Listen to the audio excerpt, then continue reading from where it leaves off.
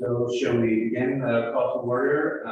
Any declaration of interest or general nature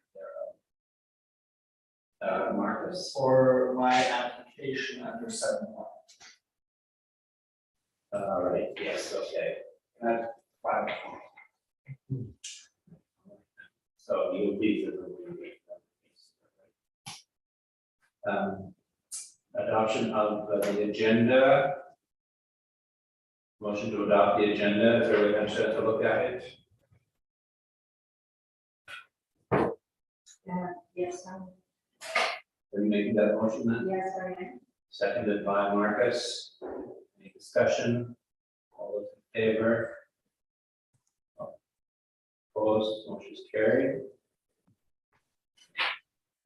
Adoption of the minutes of the meeting of the 21st of January, 2022. Has everyone had a chance to read through the minutes in that meeting?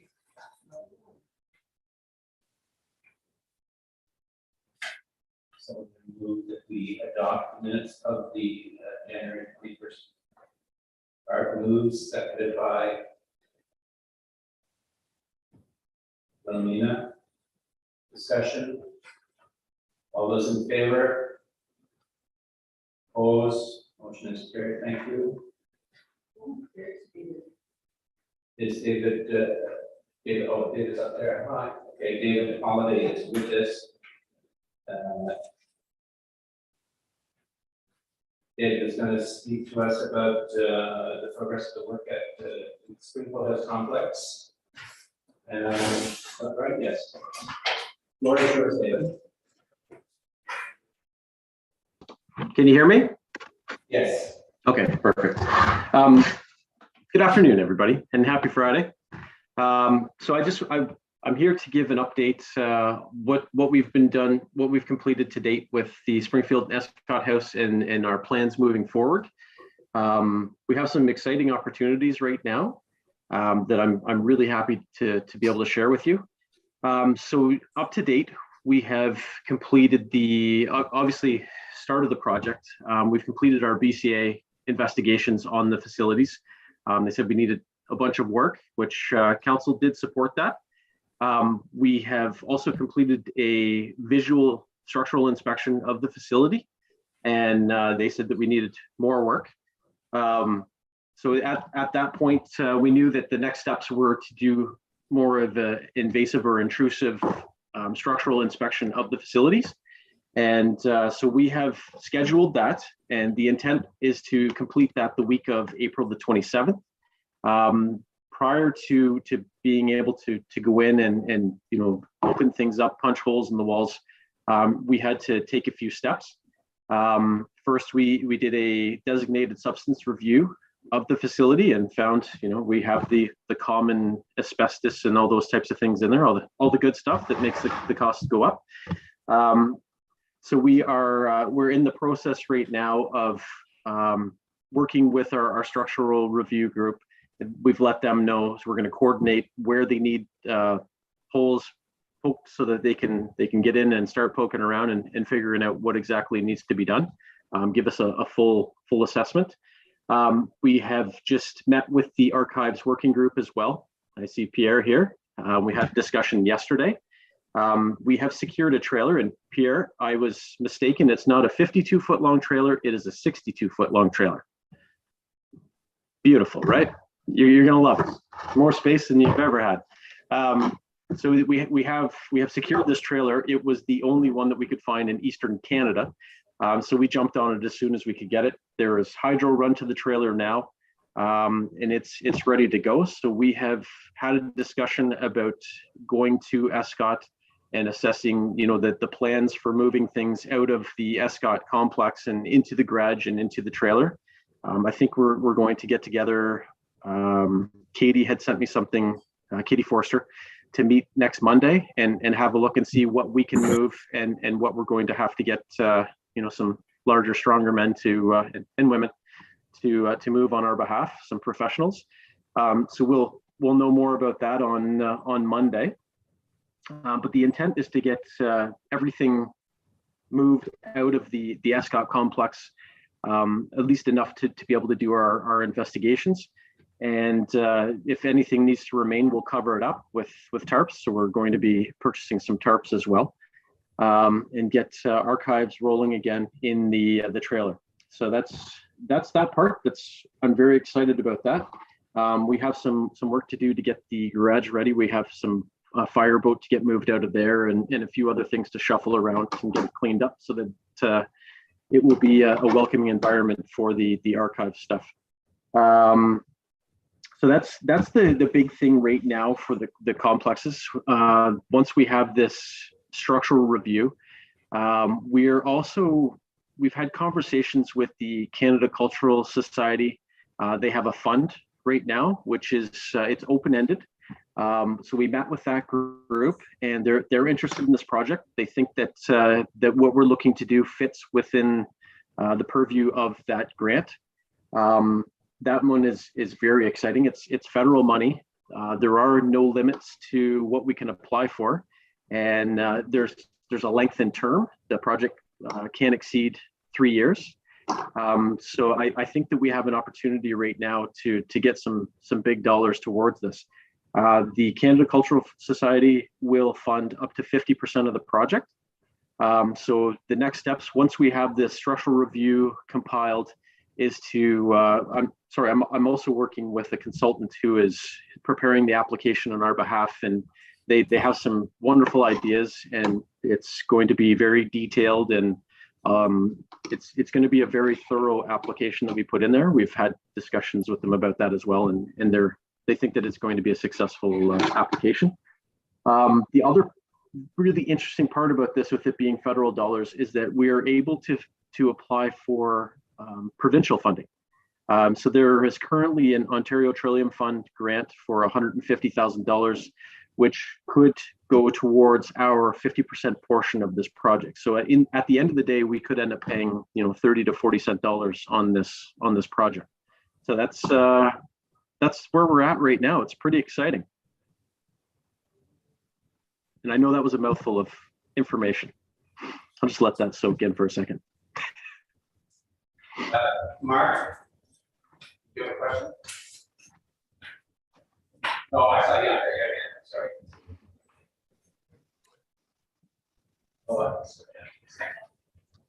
Okay. Can you hear me now, everyone? That sounds much better. Sorry. Questions for Dave? Anyone? I think it's great, the information you provided. Obviously, the deadline that you've established for the April 27th for work to start, is that correct? Was that what I understood from you? So work has started. We had the designated substance group come in, and they did their samples and told us we have a report back, which will be part of our application as well.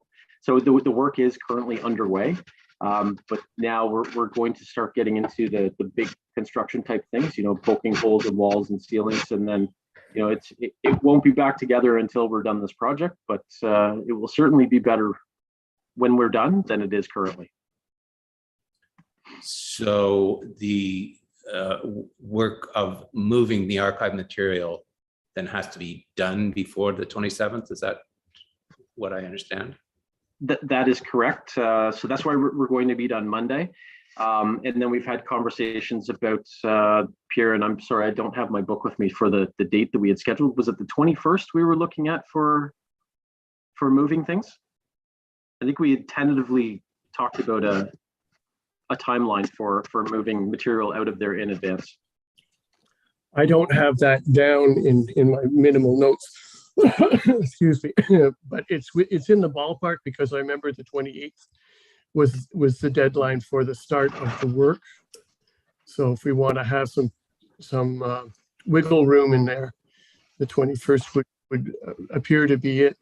But we should get a good start in terms of being able to focus on the logistics, the steps, and so on Monday, and then we can get to work really quickly. And certainly the 21st seems reasonable to me. Art, what do you think? Yeah, curious of how solid that deadline of April 27th is. I think there's a huge amount of work to do between now and then because we don't even have floor plans of how we're going to fit the stuff into the garage.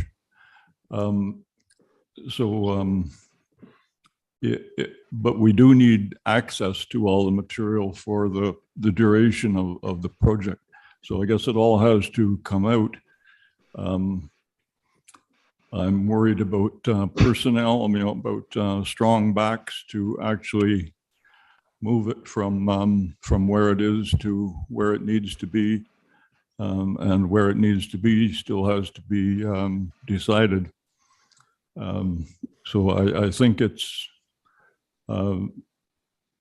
essentially, I think it's too tight.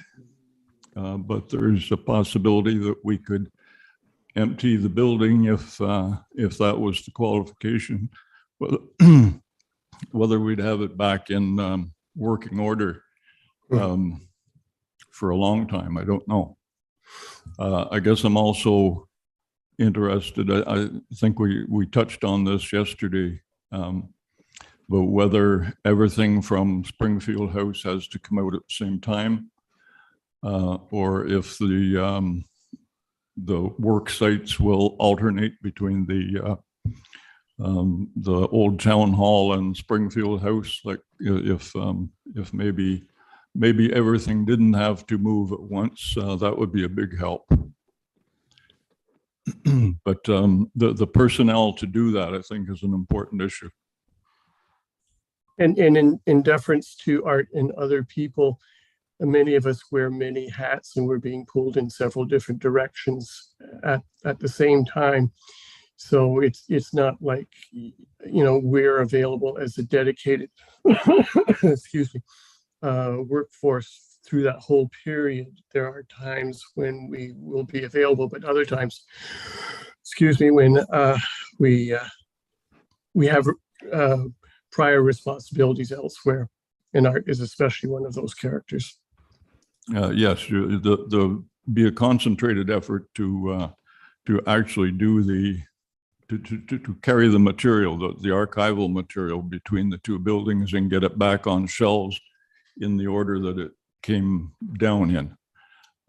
So I think we'll be Pierre's suggestion was that we photograph the shelves before we unload anything, and then we have to identify everything that has to move and what shelf it goes back on, because that's the way the material is cataloged in the computer. We can only find it by the location that's listed in the computer, and if it gets in the wrong place, we can't find it. So it's there's some essential components there that have to be done very carefully, and the actual carrying of the shelves and the material is probably beyond what we'd expect from our volunteers. A couple of years ago, I'd have been anxious to jump right in, but I'm feeling a whole lot older now than I did a few years ago. And just to insert some more information, Dana, through the library board, will be involved in that, helping to participate in the coordination and so on. So we'll certainly draw on her expertise. Marcus, you had a comment, and then Marnie. Yes. Through you, just two quick questions, and please forgive me if I've missed this from a previous meeting or another meeting. You mentioned that some material was going to be moved to the garage. I'm assuming that the garage will be retrofitted appropriately for whatever is going in there. That's the first question. Second, and Art already alluded to this, is there the possibility of phased work to allow for some things to be moved and a bit more time for things to be shifted? Because having tried to move things in this length of time, I think I agree with Art. I think it's going to be very compressed. Dave, do you want to comment on that, please? Yeah, if I can respond to that one. So with the structural engineers, they're coming from Western Ontario. When they come, they're coming for like 1 or 2 days.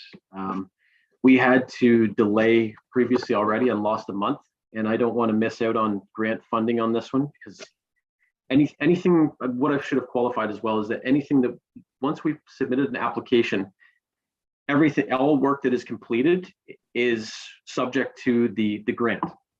It's able to be, if we're successful with the grant, all of the costs, once the submission has been, once we have applied for this grant, is subject to being funded by the grant. So I get the construction. The construction can be phased. We can focus on one building, focus on another building. That's fine. But when the structural engineer comes, the idea is for them to just come and do it, give us a report so that we can put it in our application. And we've already delayed this by a month at this point. They were supposed to come the first week in April, and we've pushed it back to the end of April. We were unable to secure a trailer, which was the reason why we delayed it initially. So now that that's in place, again, they're not, I'm not sure exactly what they're looking for in terms of how much space they're going to need, what they need to open up. I'm thinking it's what I've heard from them so far on the second floor of Escott. We need to get into the ceiling at either end. I'm not sure if it's open trusses all the way through, where they can stand in one end and look all the way through. That may be too far. They've said something about being able to look from one end to the other. So opening up on one end and looking through, and then opening up in the other end and looking through.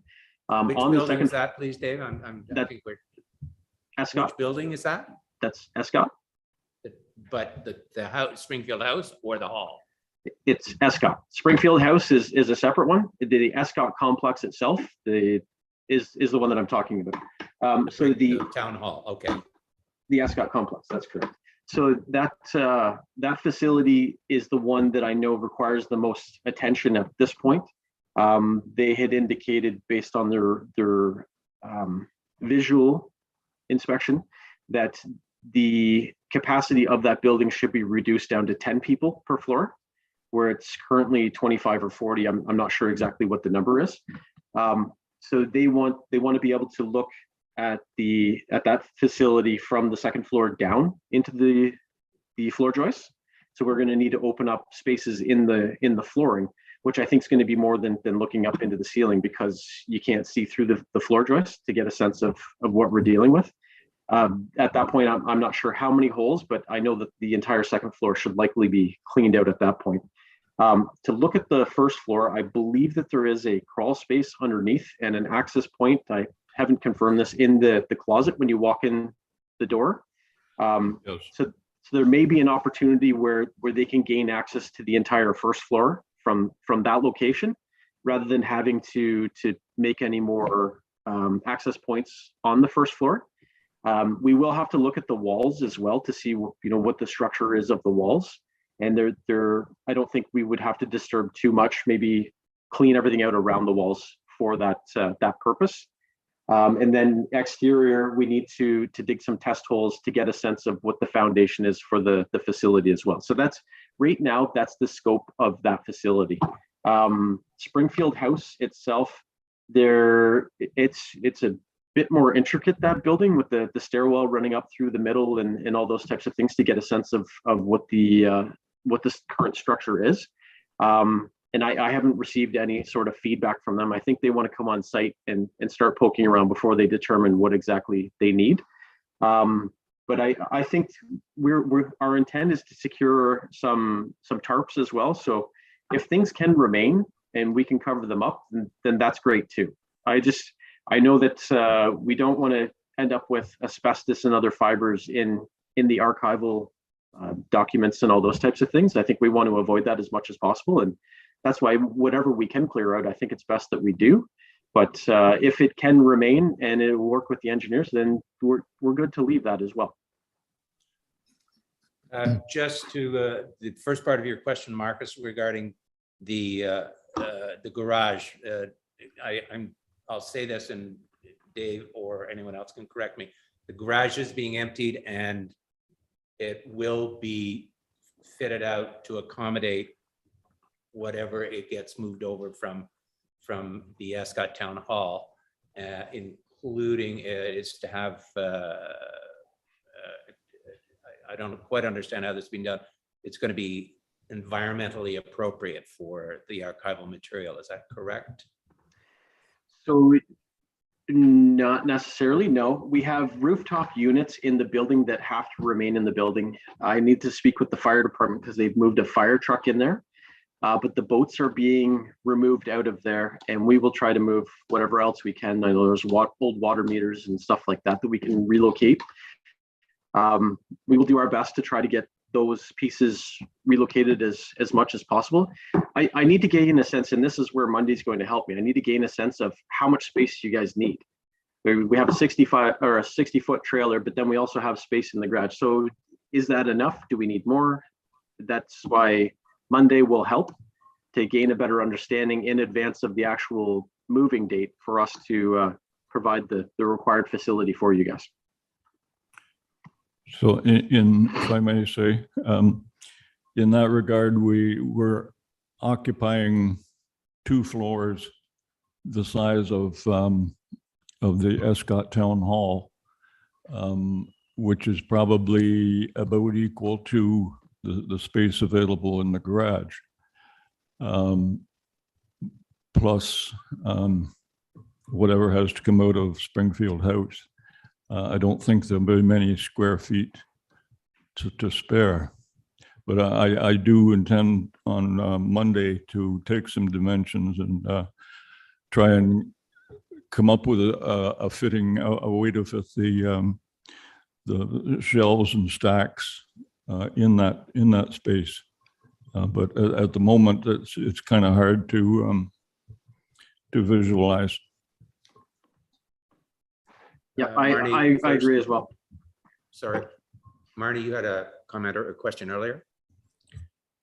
Thank you. Through you, all I was going to say was that the logistics of the move and that type of thing is something that's going to need to be worked out between the library and the township. And once you guys are on site and understand it in more detail, exactly what needs to be moved and equipment and those types of things, because there are some things that we may need actual insured movers to move depending on the nature of what it is. So that's a discussion that's outside of the purview of this committee, but it's one that needs to happen because there's certainly not an expectation that it's going to be entirely volunteer moving. Marcus, you had a question? This is just a general comment to Pierre's comment This is just a general comment to Pierre's statement that many of us wear many hats. I think it's worth noting that as moving forward, the collection isn't entirely the townships. I think some of it does belong to the Historical Society. So the move may need to be coordinated with them as well. Yeah, if I can jump in, Donnie Dory is the Historical Society representative on the Archives Committee, and she will be there Monday, as well as Art and myself, Art representing the, excuse me, sorry to cough on y'all, Art representing the Municipal Heritage Committee and myself representing the Library Board, but Dana's going to be there as an even better representative of the Library Board. Okay, I have a question. I don't know exactly who it's directed to or who may be able to answer it. Is there a budget for this move? You're in crickets.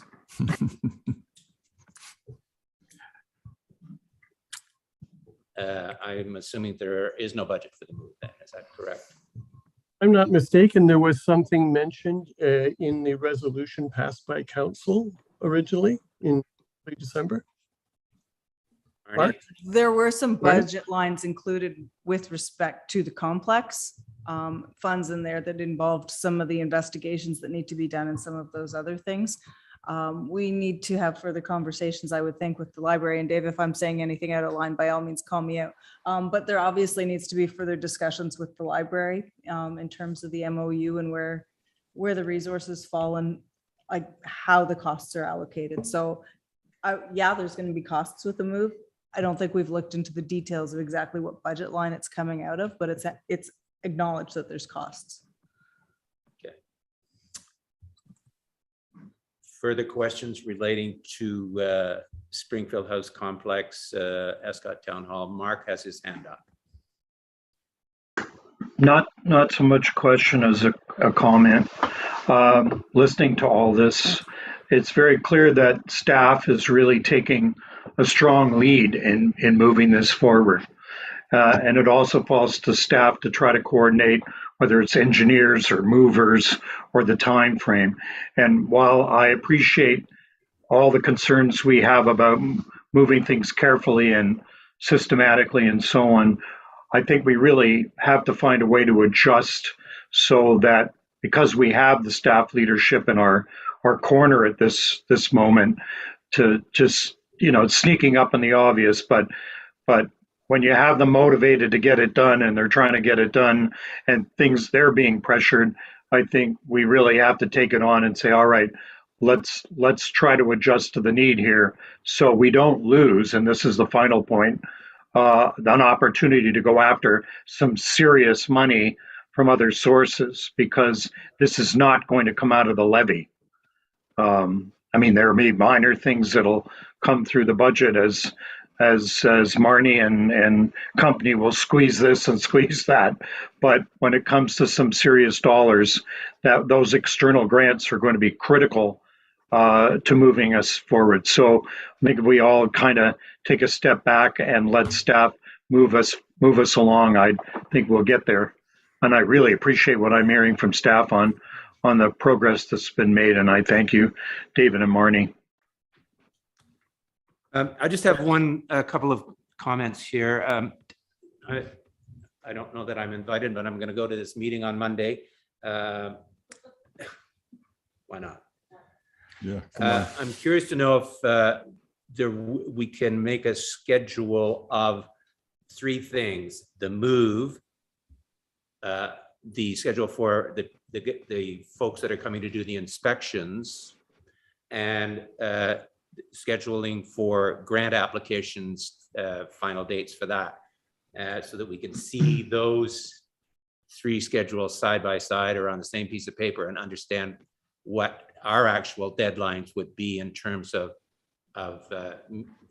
getting things done, so that nothing is held up. I don't know who can supply that, or who has the information that would be. Yeah, it's pretty straightforward. The week of the 27th is when the structural review group's coming in. And as soon as I have the report from them, I don't know the timeline of that. If it's 2 weeks or 3 weeks turnaround, then we will be applying.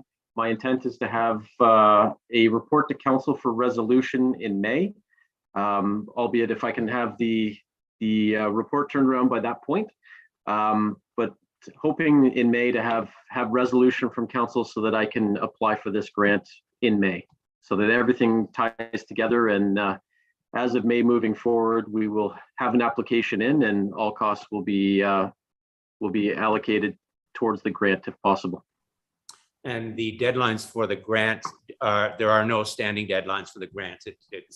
So the grant, they told us there are no standing deadlines. It's first come, first served with their budget. It's a new year, obviously. They just finished their year end. So this is the right time. We're not picking up table scraps at this point. We're right in the beginning, which is again why I'm pushing to have this completed as quickly as possible, because there are far more needs than there are money available. We're right at the start of the year. It's a 30-week turnaround. So by the time we find out whether we were accepted or rejected, it will be 30 weeks from the date of application. There is an additional fund available through the Ontario Trillium Fund, as I explained, and the deadline for application of that one is August the 3rd. So we will be hitting both of those this summer for sure. And I know it's premature maybe to ask this, but the work that will be scheduled after the inspection report is presented to you. Do you have any sense that can be staged in any way? I think that the work is going to have to be staged. Once we receive whether we receive the grant or not, we will be proceeding with detailed design based on the information from our building condition assessment, as well as the structural review. We do also have an energy audit of the facility. So we want to pull everything together and have an engineer do the design for us. And we have a 3-year window to complete all of this work with Canada Cultural Spaces. So my hope is that we can have this design completed, towards the end of 2022, beginning of 2023, and be into the construction phase starting in 2023 with completion by 2024. That's my hope. Thank you. Other questions, Art? May I? So do I understand that after the this intrusive inspection, the design of the actual work will begin at that point? And then I understand that the grant application will take 30 weeks. So during that time, after the intrusive investigation,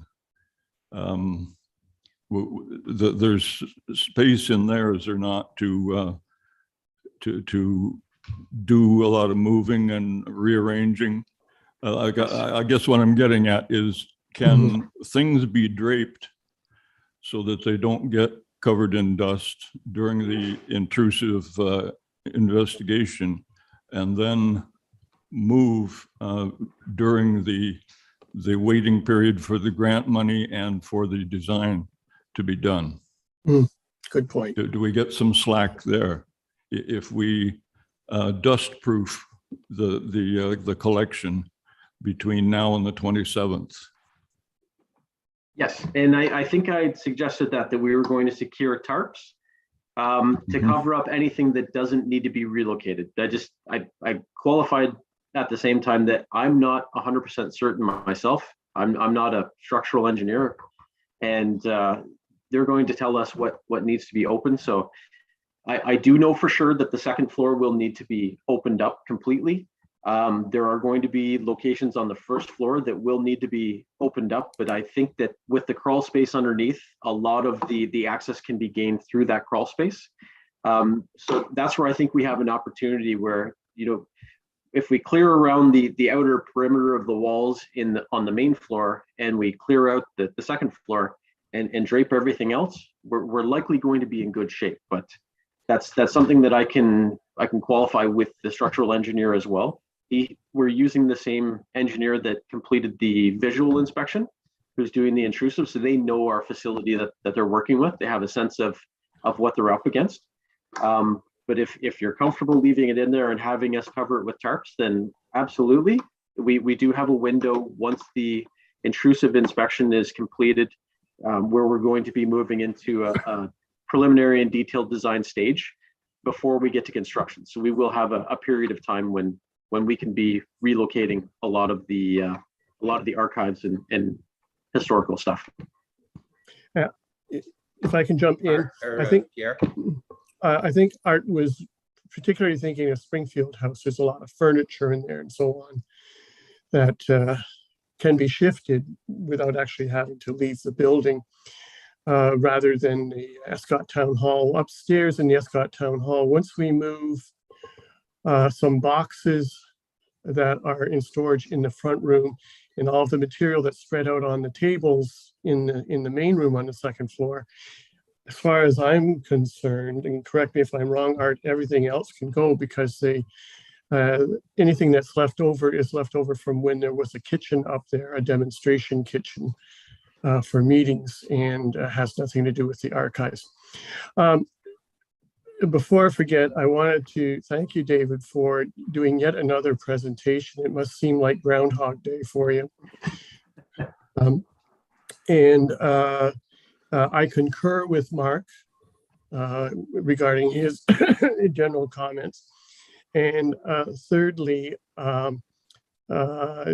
if I perhaps speak out of turn, and Marnie jumped down my throat if you feel like it, but I think if you can think of the as a resource and an asset, and if you let us know what we can do to facilitate your work and the work of staff, I would be very surprised if you weren't welcomed with information coming back.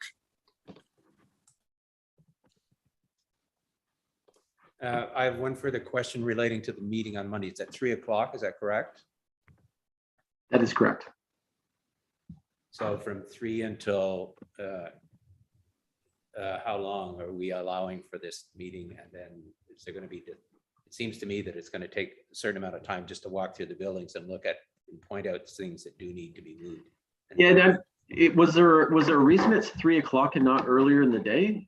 I thought the same thing wasn't where, involved in any of that planning, so I can't answer that. But some of my I viewers- had an email that suggested 8 o'clock or 3 o'clock. So I said I would be available.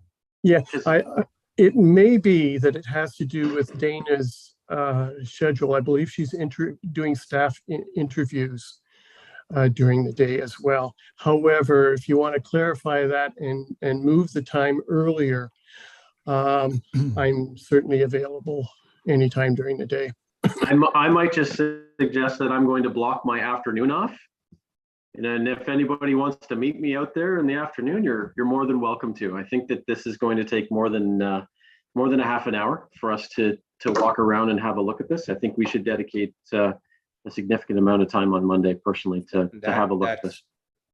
That's the reason I brought it up. It seems to me that those people who are or mostly involved with the archives can go around and can say, and we could probably at that same time, if we wanted to, apply some kind of marker to a lot of the furniture and all of the other items in both buildings as to what has to be moved and where.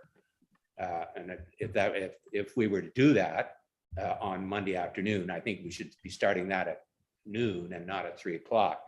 If Dave or Dana or others want to come later and have a discussion about the process, it will be easier and we'll probably have more information to be able to talk about the process of the move after we've done that walk around.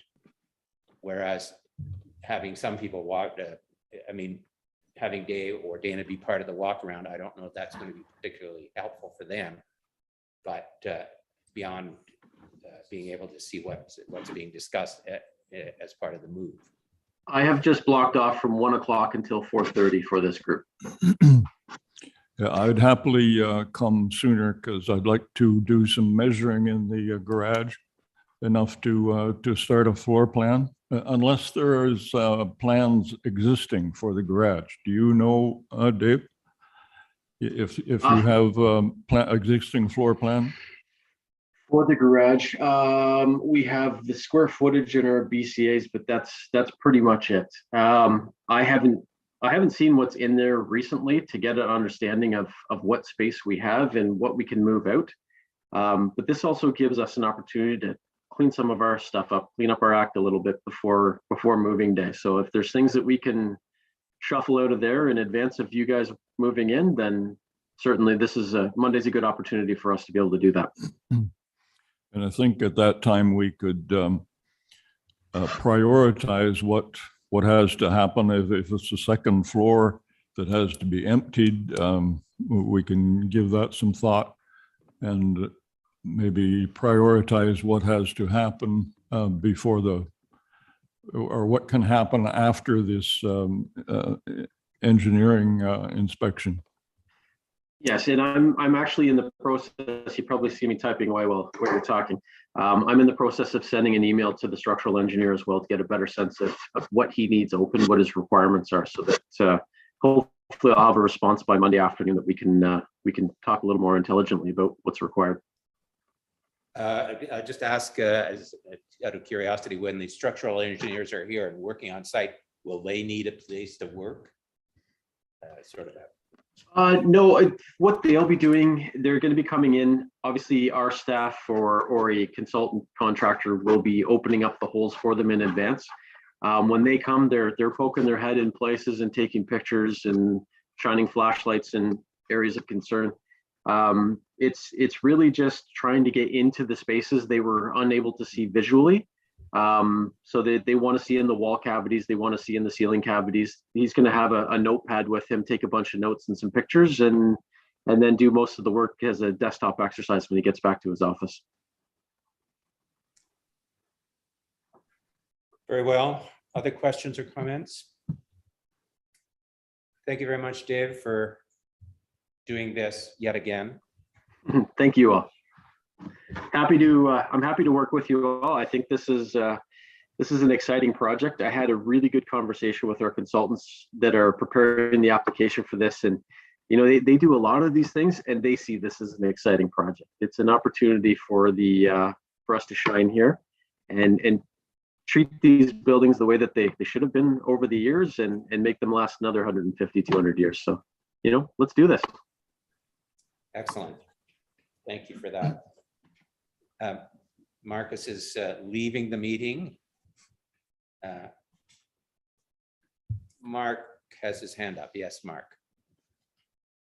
I was just saying thank you, Dave. I know he's going to bail at some point, so thank you. I really appreciate that the energy is brought to this project after all these years, as he mentioned, where it didn't have any, except people on the outside pushing us along. So it's all coming together. Let's just keep moving. Thank you. Thank you. All right. Thanks, everybody. Have a great weekend. You too. Thank you.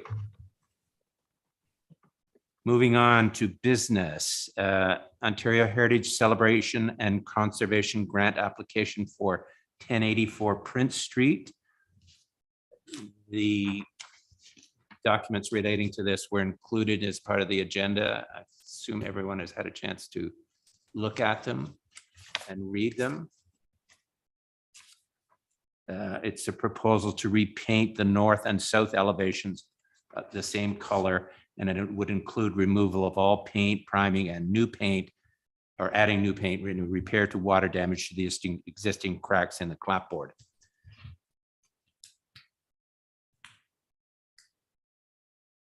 We need a motion to, oh, all right, Sally's here, sorry. So the motion I will read to you, sorry, I didn't realize this was here, stupid me. The committee of this is the Heritage Committee recommends that the council approve the application for Heritage Celebration Grant received for 1084 Prince Street, Lansdowne, for preparation and painting of the distressed wood siding for up to $2,500.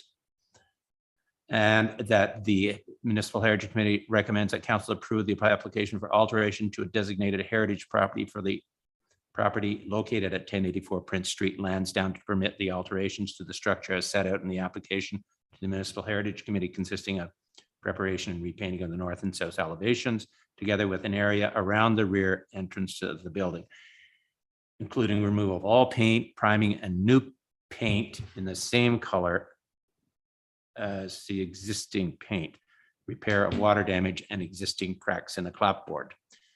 Someone to move. Looking at the screen there, Pierre or Mark, you haven't participated. Pierre is moving. Seconded by Mark. Thank you.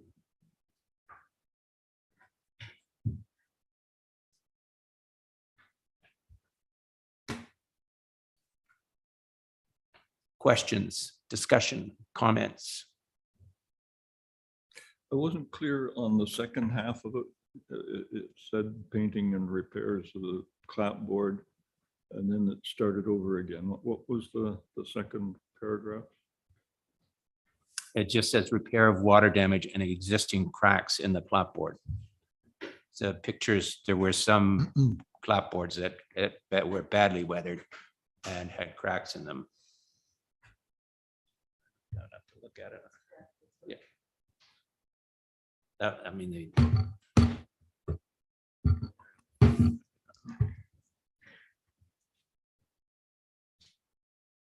okay, Marnie's faster than I am.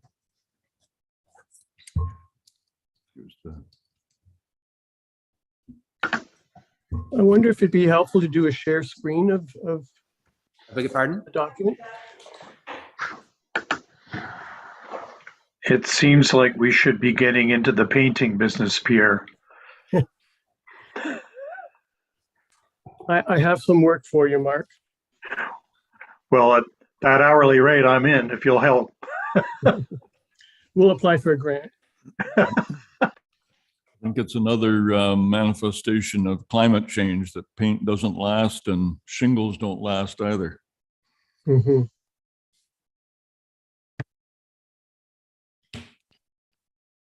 There it is. Thank you. I'm having issues with my tablet.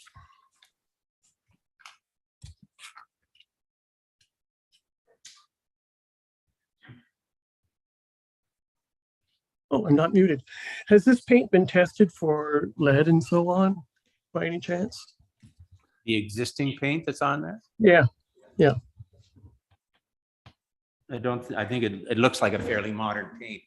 It wouldn't be Mhm. like that otherwise.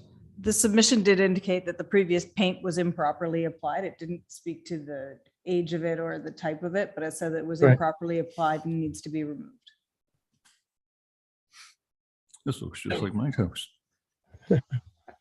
Probably not primed. it's like my car. Probably not primed. No. Maybe. Or it's latex based paint applied over oil paint, I think is really the issue. Oh, Yeah. Be right back. I have to put a dog outside. Does anybody else need to see these? There we have it up there. Is your question answered? Yeah, I'm okay. Right. We'll just wait for Pierre to return here.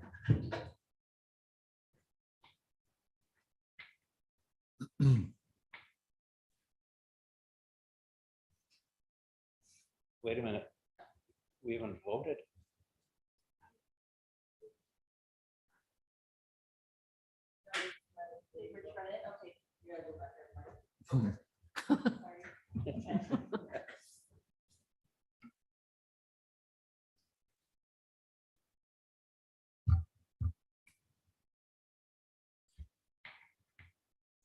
All right, no further questions. I'll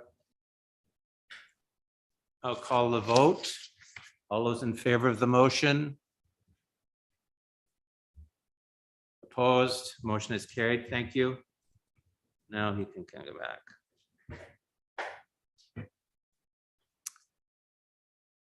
Further business? Update on the naming of private lanes. That's you, Martin? I just wanted to provide the committee with an update. We'd had quite an extensive conversation around the naming of private lanes. I think it was, I think it was the December meeting when we had that conversation, or January. We took the name recommendations, went back to the county for further review as it relates to the road naming database and everything else. And the names that we recommended were not appropriate because they were too similar to other names in the same area. And the None other- of the names? Neither name? No, neither name was sufficient. So we've gone back to the landowners in the areas of the private lanes and are seeking some further input with respect to potential naming. And we'll be back in front of the committee when we have more names to look at. The one with around the KOA, the creek, because the creek name is what it was, we couldn't name the road what was recommended. Really? Yeah. Sounds odd to me, but anyway. Those are the road naming conventions, so we couldn't. Established by the county? Yes. As well, it was the county, yes, because our road naming bylaw was okay. But the county, for 911 reasons, they weren't okay. Too many similarities. So we are going through the whole cycle again, and we'll be back in front of the committee with more names when we have more to recommend. Sure. All right. Did you have your hand up, Mark? Well, I think to the extent that Marnie answered my question, there's technical reasons, and 911 being one of them. I'm assuming they have a list of a process in place that allows them to do that. So now we know. Thank you. Further comments on this issue? Moving on, update on the Ontario Heritage Conference in June of 2022. This is happening in Brockville, is that correct? That's correct. And we had some email difficulties last week. So Marcus, I sent you an email and I don't think it got to you because we had email difficulties here at the township last week. And just given your role with the conference, I wasn't sure if there were any updates that you needed to provide to the committee or anything that we need to be doing at this point in time in terms of even just enrolling or registering or. Registration opens on Friday, Next, this Friday, or I think late today. The 14th, No, late today. or late, today.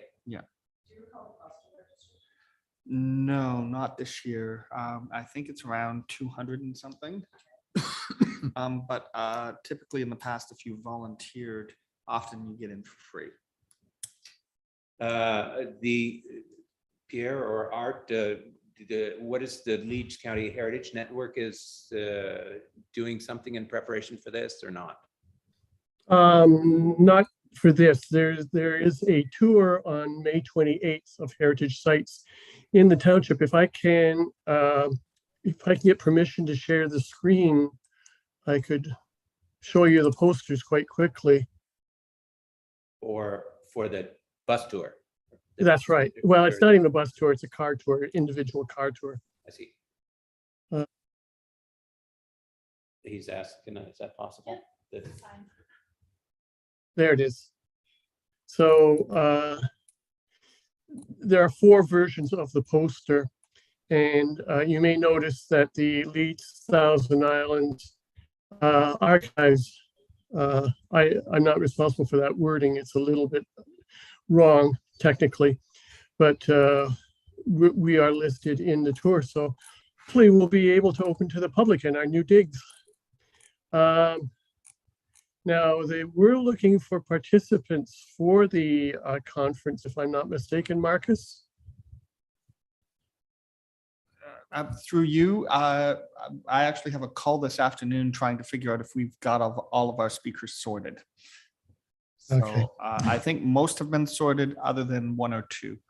I know one of the sessions they are looking for is someone to talk on homeowner stories. So if someone is willing to talk about their own conservation project, that would be greatly appreciated. I know that Robert Birch is going to be on a panel and talking about Springfield House Complex and the journey. Yes.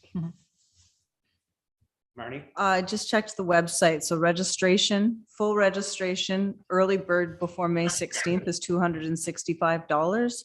1 day registration is $125. So that would be the Friday or the Saturday only. We have $500 in our budget for training and education. So I would be happy to use some of that towards registration. Sorry, correct me if I'm wrong, 265 for the full conference Yeah, and 125 for each day. yes. Yeah, you're right. It's $315 if booked after May 16th, though. Okay. So that's the early bird rate. Okay. And there's no early bird rate on the 1 day. So it makes, yeah, And it's Friday, Saturday, and it's cheaper than the early bird to do 2 1 days. Yeah. It's Friday and Saturday, June 16th to 18th. There's a Thursday night typically like a wine and cheese welcome. And then it starts on Friday and runs to Saturday afternoon. right. There's also a dinner on Friday. And then, well, okay. Are we proposing at this point in the meeting to allocate money, some of that $500 for that? Or? Well, that's, I'm happy to, we would be able to register 2 people for the full conference, and that would be our budget for the year for training and education. Or we could do a couple of 1 day registrations. Because Or 1 some day is combination of those things as well, depending on, I mean, it depends on when we do, is the program available now to see? I mean, It will be up fully tonight. We had a very good. Can't hear you, Marcus. There's a draft on there right now, Mark. Yes. It's a draft because we lost our keynote. So we're just in the process of replacing the keynote. So that's one of the reasons right now it's in draft, but a lot of the sessions are identified currently. Well, shall we have a motion to that effect? Do we need a motion to? No. So we can just, All I would request is that I want to make sure that you are aware of it and that the timeline is there. I'm not certain of our next meeting date. I think 15th it's of July. July. So with early bird registration being until the 15th, however, the $125 per day is a better deal than the full registration. So I just wanted to make the committee aware that we have $500 in our budget that we could use towards that. Should councillors Olkey or Jameson want to attend, they could also attend through a council training budget line. So there would be the opportunity for them to register outside of our training budget. So just let me know what. I've attended this conference in the past on several occasions, and I would recommend it highly, just in terms of seeing what's going on elsewhere and sharing in the excitement and the passion of strangers from across the province. Unfortunately, I'll be on vacation in England during that time, so I won't be able to attend this year. So Mark, is there a banquet? Like, is that a separate cost? Through you in the past, it typically has varied on the conference. I haven't seen how they're posting it. This one, I've only been helping them a little bit with the program. There's no information now on the draft agenda. What I can say is the keynote speaker will be Mark Dene for the dinner event. So, and if those of you who are unfamiliar with Mark, he was a former OMB member and lawyer and author on a lot of heritage books. So Keith, in advance of this Heritage Conference, maybe sending an email just to see members' interest. I have been to the one in Ottawa, and I agree with Pierre that it's valuable. I was considering volunteering. So I think that that might be appropriate. well, shall we, I mean, if we want to wait until the final, what is the word I want here? Schedule. Right. So we'll leave it up to the various members of the committee to contact Marnie, I guess, to make the arrangement. And for you, I will be free, so I'll volunteer. I won't have a charge for volunteering. Really, it's up to two of you. right. All right. Well, we will pursue this individually with Marnie and Marcus, I guess. Good. I'll know more at 4 o'clock. All right. Then. Can I make one? Yes, of course. There's another drain, I guess, might call it, of heritage people for the international plowing match, which is in North Grenville in September. So I see by email this morning that the LCHN is getting on board with the plowing match committee. And they're going to, there's always a heritage tent, etc. So I think the LCHN members are going to be heavy into the plowing match this year. That was all. Yeah, there may be one table. I guess the tables for the various groups are very expensive at the international plowing match. Sorry, I'm fading now. But there was talk of there being a table where various groups could share space on the table, at the table. So we'll keep you posted on that. Okay, thank you. Moving on then to item 8, information items, staff update. I think we've gone over anything that staff would have to update in the presentation around Springfield House. Oh, that's what this is about? I'm sorry. Well, no, it was just a standing item on the agenda. If Oh, there's I see. anything for I staff see, to. I see. Council update, same? Yes. And other business? Can I bring something up? I think the best fit is under other business, and I'll try to share screen again. This is kind of a heads up. If you guys, can you see this? No, not yet. No? Okay, I'll try again. Pardon me.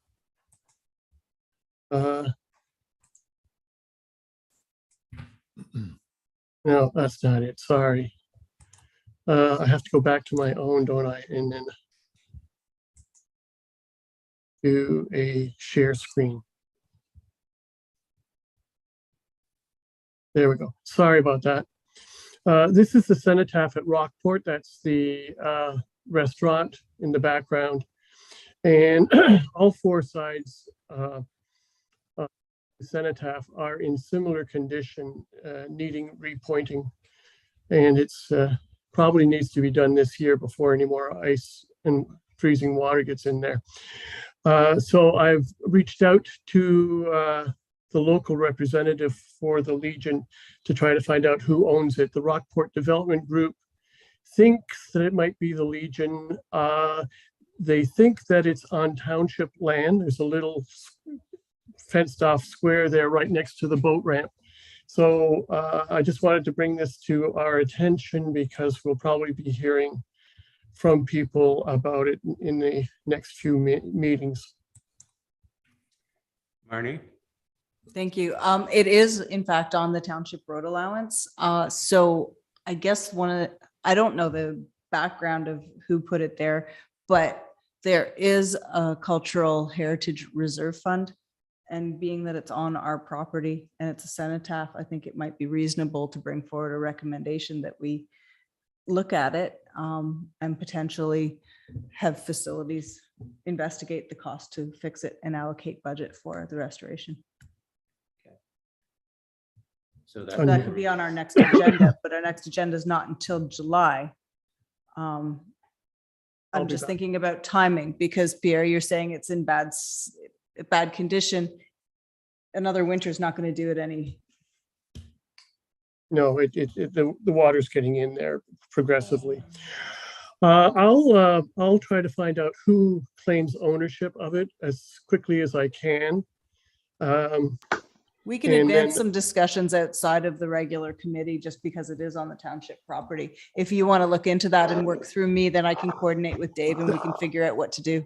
That's exactly what I was going to say. As soon as I find out here, I don't, sorry. I was going to say, as soon as I find out who. It's on the memorial's on the school ground, right? That's correct, yeah.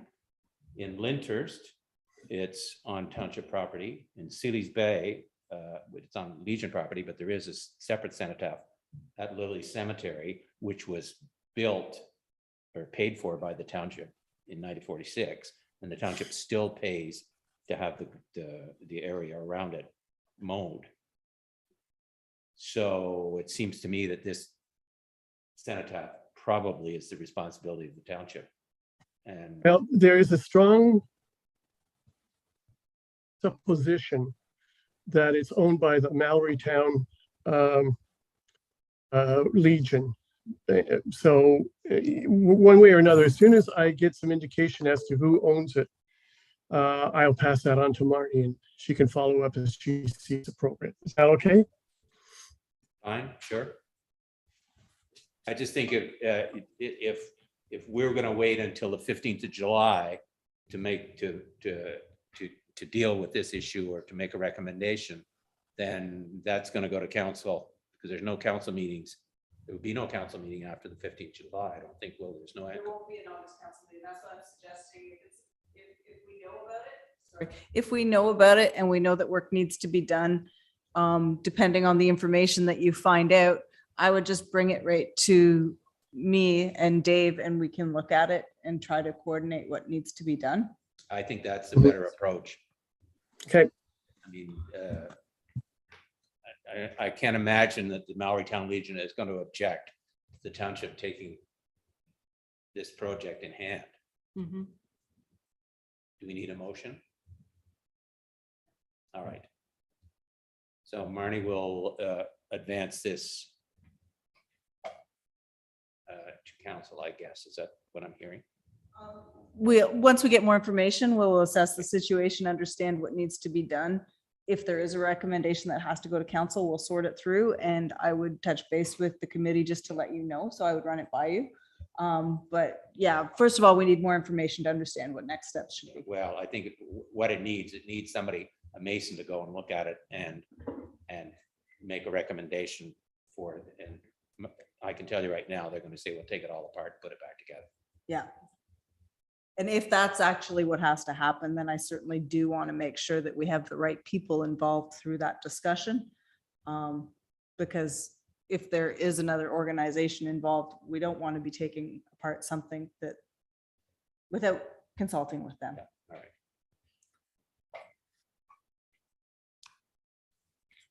Further business for discussion? Fall and Winter Community Heritage Ontario News. Both these are available on the agenda for those who want to read them. Any questions regarding that? Just to say, good reads, really interesting stuff. Same for the Ontario Historical Society Bulletin. The December 2021 issue is available online through the agenda. Next meeting will be on Friday, July 15th at 1 p.m.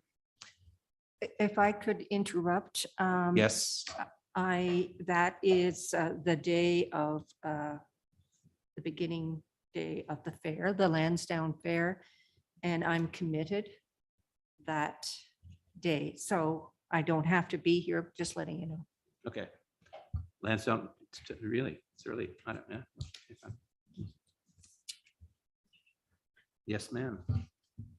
Sorry, Marcus, yes. Just to follow on Wilhelmina, I'm actually in Alberta that week, so I won't be attending. Okay, so Pierre, where are you on the 15th of July?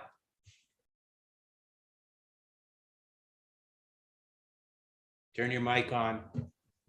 Yeah, I'm just putting it in my calendar. There's nothing there prior to that. I should be safely back. All right, and Mark is, yeah, I'm just to make sure that with two members of the committee gone, we still have enough for quorum, that's all. All right. Yeah, I think we can be here. And I just have an information item.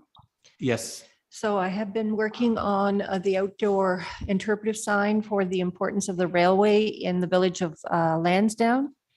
And I'm pleased to say, after many years and because of the pandemic, the design is finished by Brian Phillips. It's been sent away. And I hope to have a bit of a ceremony in spring. I just have to do an on-site visit with David Holliday, where I plan to put it on Grand Trunk Avenue to make sure that there's nothing strange underneath that would interfere with that. Okay. So this sign, I guess I have to ask, that's was budgeted, is budgeted, what budgeted is coming out of? So I have an anonymous donor. I did ask David if the township would consider erecting it and perhaps doing a slab underneath. I believe we also contributed $100 or something. There was something that wasn't covered Don through Laffer. I think that the township, we paid some money to Brian. Last year. Would that have to do with the another interpretive sign on the Lansdowne Rural Telephone Company interpretive sign? That's what that one is. Yes. Yeah. Okay. Right. So this sign is being funded by a private donor and not an anonymous, what's the word, anonymous? Yes, anonymous. donor. Yes, and then David said it fit in with whatever plans the township are doing. And so, I don't know what he means by that, but when we have the on-site visit, he'll probably enlighten me. Excellent. All right then. Further business items for discussion? Then have a motion of adjournment, moved by Art, seconded by Mark? Marcus? Marcus, I guess. He was quicker than Pierre. All right. All those in favor? Opposed? Motion is carried. Thank you very much, everyone. It's not hard to be quicker than Pierre these days.